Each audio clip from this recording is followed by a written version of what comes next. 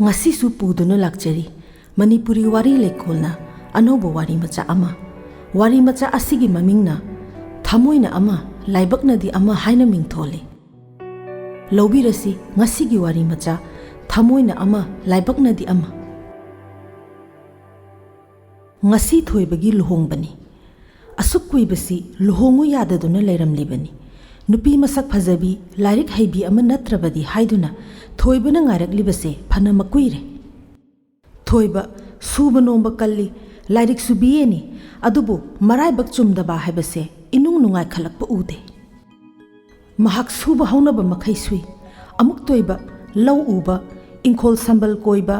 lekai anauba yum kai sabagi phaklang wai taiba phauba hek chatle adubu magi nangbasi ikok kokte suganba lairaba haibadu oikhre lekai miyoi khuding makna magi damakta wabi bahuri mayamna pamnabadi mahakna luhong kai hongba tawduna mayum makai panduna ingna chikna leijakhibaduni mahak handakta sarkar gi thabak macha ama phangle haina tawrakpasida magi makhurana lekai ga tanaduna nahana nupi ama hainarurabani mapuk chela chamliba nupi amukta yengba chatlu haiba phawba yapi pot natte sel khara komnaba luhongba khongna chatpa haina yanare ben yaubasisu bor masana pamjade haiduna hekta yahondre kanya oidoribadu mi khwaina maming tarebini khetri lekai gi sana hanbini bor mamanaba kharadi khongna chatpa sadau thonglaktuna auto da khara chatkhi bus da khara chatkhi atatai taba mingsel koluba chaisen senaruba makhoi khara da ngaire makhoi kharadi humang anapi kaba makhai yawrakle koyet angauba yetladuna mingsel mangda tharaduna chinglewna phambada thoiba mata ama oina phajakhre mamaisu makalamna ui luhung phan phamba matam yawrakle tada bor senabaduna ningthina seba tawbiduna mai mit taithok piraduna luhongbagi sonbadum haukhre mayam kanya thorak pangainari kanya thorakle hainare loinana wang chawrabi kainado kangagi khongthang da thore nomna ipom hawhalladuna mayam pumnamak ngakna yengnare amaga ngangne jibon taune kharana zuru taune haine kaina sidi ahal yamna oirene mayamna mamit mana chap yungnarabasu thoibagi makhuradudi thoidokna angakpu ude mahakti luhongbadu thujinnaba silliba mayamdu da takshilli matangdi yubi lonabani bor kanya anidu khut lonaduna yubi lonari mayamna dan thadhanari asuk nungaiba tanja asida thoibadi mamaisi ithak thai nak yette yengi mataududa makhuraduna changlaktuna thoibaga wa khara ngangna khibagum tawi kainadi lei koiba haukhre borgi makokta ahanba lei chaithakre naha kayagi thamoida nungon wakhal pokpa ahal kayagina chahi nokthokhanba matangni mangolda phamlibi kanyagi mamanabi kayagi thamoidasu wakhalgi manglanda tawba matamni kanyagi khongthang tal kaiba yade kanya senari bidunasu makhutta rumal tharaduna kanyabu khutsamnaduna lamjingli matangduda palagi kangbudunasu nungsiba sahekta hekthare mayamsu mitpham honingdaba matangni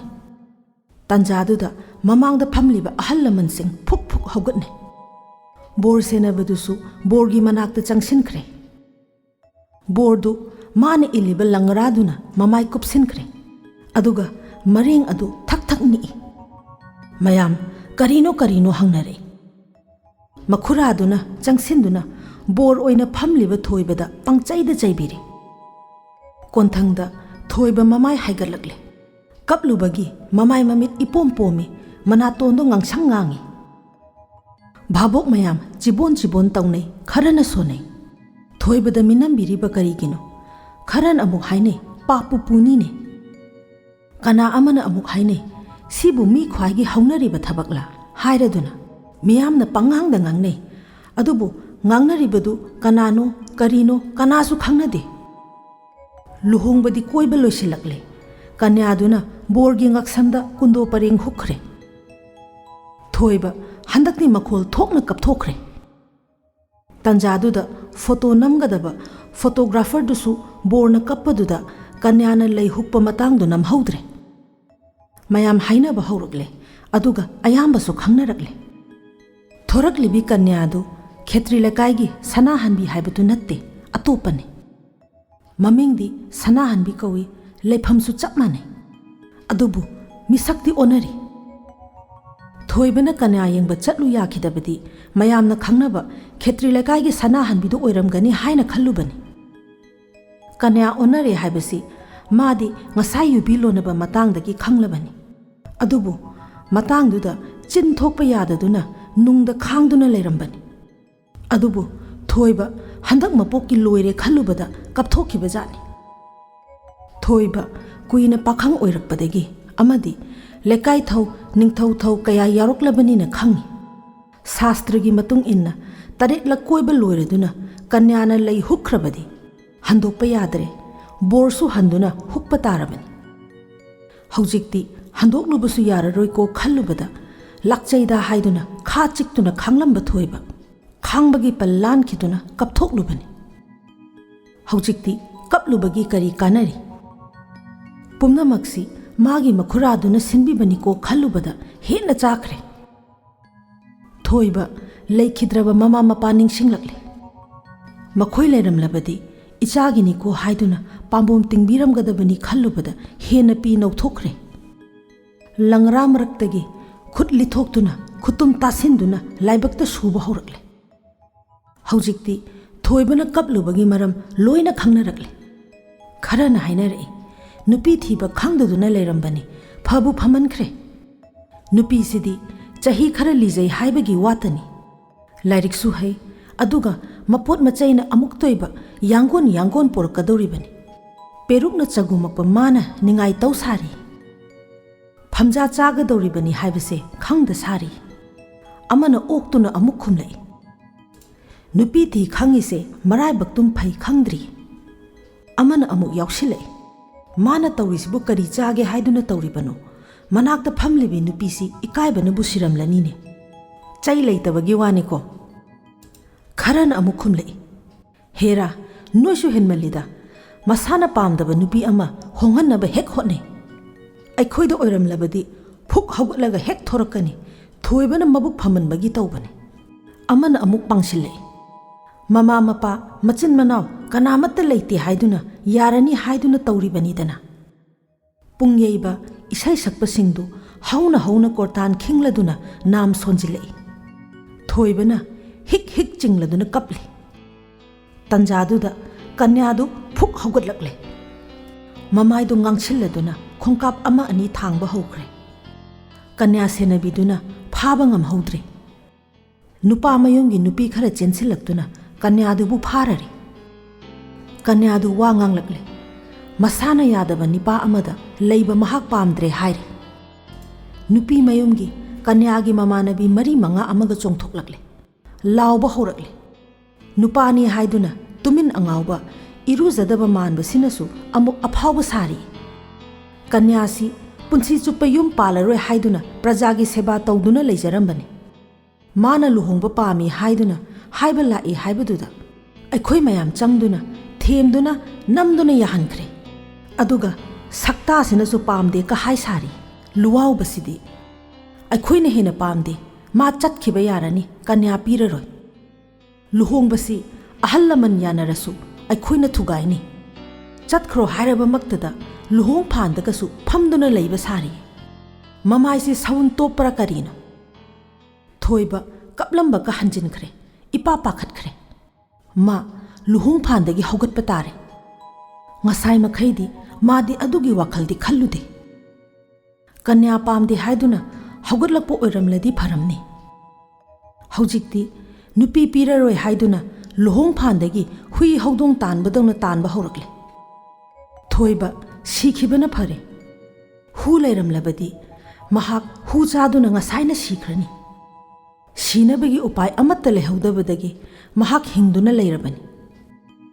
तौरिबा मतौ अदुदा ꯑꯩꯒ꯭ꯌꯥ mandap ꯃꯄꯨꯗꯨꯅ ꯃꯥꯡꯕ ꯇꯥꯔꯦ ꯍꯥꯏꯗꯨꯅ ꯃꯌꯥꯝ ꯄꯨꯝꯅꯃꯛꯇ ꯗꯟꯗꯕꯣꯠ ꯇꯧꯗꯨꯅ ꯈꯨꯔꯨꯝꯂꯛꯂꯦ꯫ ꯂꯥꯟꯈꯤꯕ ꯄꯨꯝꯅꯃꯛ ꯉꯥꯛꯅꯔꯁꯤ,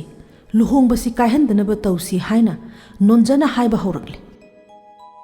ꯑꯩꯒ꯭ꯌꯥꯕꯨ ꯃꯇꯦꯡ ꯄꯥꯡꯁꯤꯜꯂꯗꯨꯅ ꯑꯍꯜ ꯑꯃꯅ ꯑꯃꯨꯛ ꯍꯥꯏꯔꯛꯏ, ꯂꯨꯍꯣꯡꯕꯕꯨ ꯐꯥꯒꯤꯔꯣ? ꯃꯈꯣꯏꯅ ꯌꯥꯅꯤꯡꯕ ꯌꯥꯅꯤꯡꯗꯕ ꯃꯈꯣꯏ ꯃꯇꯩ ꯃꯅꯥꯎ ꯑꯣꯏꯔꯕꯅꯤꯅꯦ꯫ ꯃꯤ ꯂꯩꯀꯥꯏ ꯑꯃ ꯄꯥꯜꯂꯤꯕꯁꯤꯕꯨ ꯎꯗꯕ ꯖꯥꯠꯂꯥ? ꯑꯩꯈꯣꯏ ꯌꯦꯡꯒꯦ ꯍꯥꯏꯗꯨꯅ ꯌꯦꯡꯕꯅꯤ, ꯇꯥꯒꯦ ꯍꯥꯏꯗꯨꯅ ꯇꯥꯕꯅꯤ꯫ ꯏꯕꯨꯡꯉꯣ, ꯉꯁꯤ ꯕꯣꯔꯅ ꯇꯧꯔꯤꯕꯁꯦ ꯂꯩꯕꯥꯛ ꯃꯆꯥ ꯇꯥꯕ ꯈꯔ ꯋꯥꯠꯂꯤꯀꯣ꯫ ꯄꯥꯈꯪ 4-5ꯅꯁꯨ ꯄꯥꯡꯁꯤꯜꯂꯛꯏ꯫ ꯕꯣꯔꯗꯣ ꯍꯧꯖꯤꯛꯃꯛ ꯂꯩ ꯍꯨꯛꯀꯗꯕꯅꯤ꯫ ꯊꯣꯏꯕꯗꯣ ꯈꯤꯇꯪ ꯅꯦ ꯇꯥꯔꯝꯃꯤ, ꯁꯤꯔꯨꯕꯗꯒꯤ ꯍꯜꯂꯛꯂꯕꯅꯤ꯫ ꯀꯟꯌꯥꯗꯨꯁꯨ ꯑꯃꯨꯛ ꯄꯨꯁꯤꯜꯂꯛꯂꯦ,